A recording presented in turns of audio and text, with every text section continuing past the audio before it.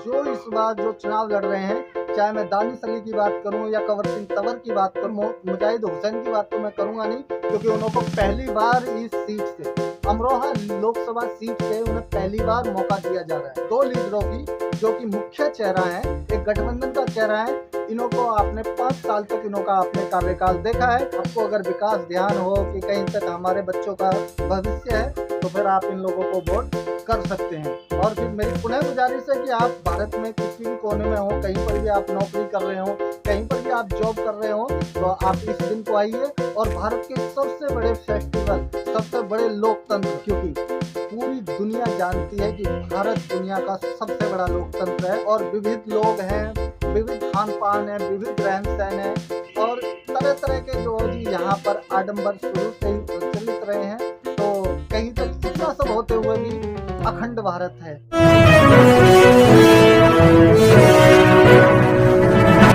नमस्कार, मैं Mrinal right to speech में आपका स्वागत है। तो मैं अमरोहा में मुस्लिम वोट बैंक की, तो मुस्लिम वोट बैंक 20% यहाँ पर मुस्लिम निवास करते हैं और 20% से अधिक यहाँ पर दबदबा है। जबकि मुस्लिमों की अगर बात की जाए तो नौगावा, सादात और फिर अमरोहा, इन दो सीटों पर इनका हमेशा से ही दबदबा रहता है। वहीं पर अगर बात करें हसनपुर विधानसभा क्षेत्र की, तो हसनपुर विधानसभा क्षेत्र में गुर्जर, जाट और फिर जाटव समुदाय के लोग और मुस्लिम समुदाय के लोग यहाँ पर सभी कम्युनिटी के लोग यहाँ पर यानी कि निवास करते हैं। वहीं पर अगर मैं बात करूँ यहाँ पर नौगावा, सादात की तो मुस्लिम हो गए हैं। गढ़मुक्तेश्वर की बात करूँ तो गढ़मुक्तेश्वर विधानसभा में जाट कम्युनिटी के लोग हैं, तो वहीं पर मुस्लिम भी हैं। वहीं धनौरा की बात करूं तो धनौरा ये भी एक सीट ऐसी है जो कि एससी के लिए आरक्षित है।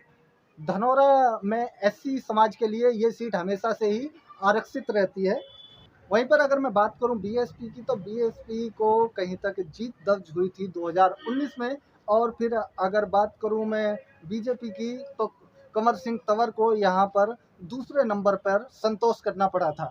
अब की बार 2024 का चुनाव है और 2024 में आप अगर अमरोहा से हैं, तो आप किसी भी क्षेत्र में हैं, किसी भी भारत के किसी भी कोने में अगर आप नौकरी कर रहे हैं, तो फिर आपको कहीं तक जो डेट याद रखनी चाहिए कि 19 अप्रैल को आपको कहीं पर भी हो लेकिन अपने क्षेत्र में पहुंचना है और फिर वोटिंग में हिस्सा लेना है, क्योंकि यही लोकतंत्र को बचाने के लिए और 5 साल की सरकार को चुनने के लिए आपके पास में एक मौका है।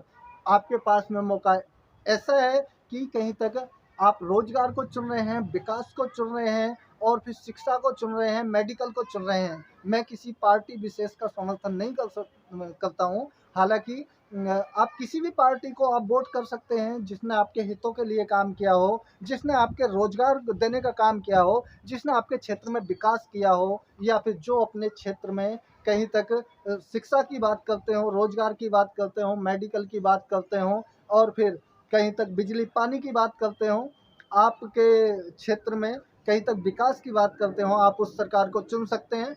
और अन्य सरकार अगर आपके जो कहीं तक किसी भी सरकार को अगर आप चुनने का काम नहीं करते हैं, तो यहाँ से निर्दलीय उम्मीदवार भी चुनाव लड़ने का काम करते हैं। और सबसे इंटरेस्टेड बात अगर मैं आपको बता दूं, अमरोहा पूरे उत्तर प्रदेश के अंदर एक ऐसी सीट है जहां पर सबसे ज़्यादा निर्दलियों का दबदबा शुरू से ही रहा है।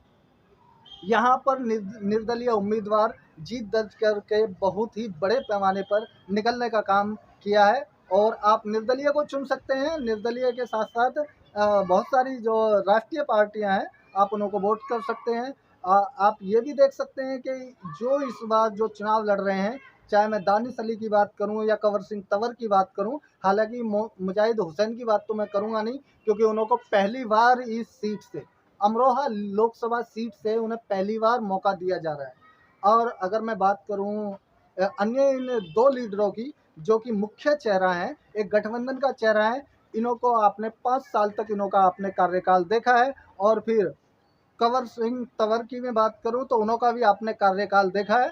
आप किसी का भी जो वोट कर सकते हैं। आपको अगर विकास ध्यान हो कि कहीं तक हमारे बच्चों का भविष्य है, तो फिर आप इन लोगों को वोट कर सकते हैं। और फिर मेरी पुनः गुजारिश है कि आप भारत में किसी भी कोने में हो, कहीं पर भी आप नौकरी कर रहे हो, कहीं पर भी आप जॉब कर रहे हो, तो आप इस दिन को आइए और भारत के सबसे बड़े फेस्टिवल, सबसे बड़े लोकतंत्र, दुनिया के सबसे बड़े लोकतंत्र में आकर के आप हिस्सा लीजिए, क्योंकि पूरी दुनिया जानती है कि भारत दुनिया का सबसे बड़ा लोकतंत्र है। और फिर यहाँ पर विविध भाषाएं हैं, विविध जो प्रकार का रहन सहन है, और विविध लोग हैं, विविध खान पान है, विविध रहन सहन है, और तरह तरह के जो जी यहाँ पर आडंबर शुरू से ही प्रचलित रहे हैं। तो कहीं तक इतना सब होते हुए भी अखंड भारत है। चाहे कश्मीर से लेकर के कन्याकुमारी तक बात की जाए, और चाहे पूरब से लेकर के पश्चिम की बात की जाए, तो कहीं तक भारत एक खूबसूरत देश है। और फिर आज इस खूबसूरत देश में 2024 में भारत के अंदर लोकसभा का चुनाव का आगाज हो चुका है। सभी पार्टियां अपने अपने स्तर से तैयारियां कर रही हैं। तो आप भी इस भारत के सबसे बड़े फेस्टिवल में हिस्सा लीजिए और अपना उम्मीदवार चुनिए, क्योंकि आपका वोट एक उतने ही अहमियत रखता है जितना कि प्रधानमंत्री का वोट अहमियत रखता है, एक राष्ट्रपति का वोट अहमियत रखता है। आपके वोट की कीमत उतनी है जितने की जो कि ऊपर सत्ता में बैठे हुए लोग, जैसे कि राष्ट्रपति और फिर प्रधानमंत्री, लोकपाल या राज्यपाल, कोई भी जो भी हैं, जैसे उन्हों का वोट है वैसे ही एक यहाँ पर गरीब नागरिक का वोट है। आपकी एक वोट की कीमत आप की इस तरीके से लगा सकते हैं कि एक वोट के ही चलते सरकार गिर सकती है, और एक वोट के ही चलते सरकार उठ सकती है। तो आप अच्छी सरकार को चुनने में सहयोग दीजिए। भारत मना रहा है 2024 के लोकसभा का एक फेस्टिवल के तौर पर, इसको मनाने का काम आपके लोगों के जरिए यहाँ पर किया जा रहा है। तो आप इसमें हिस्सा ले सकते हैं। आपसे पुनः गुजारिश है कि किसी भी प्रलोभन में ना आए।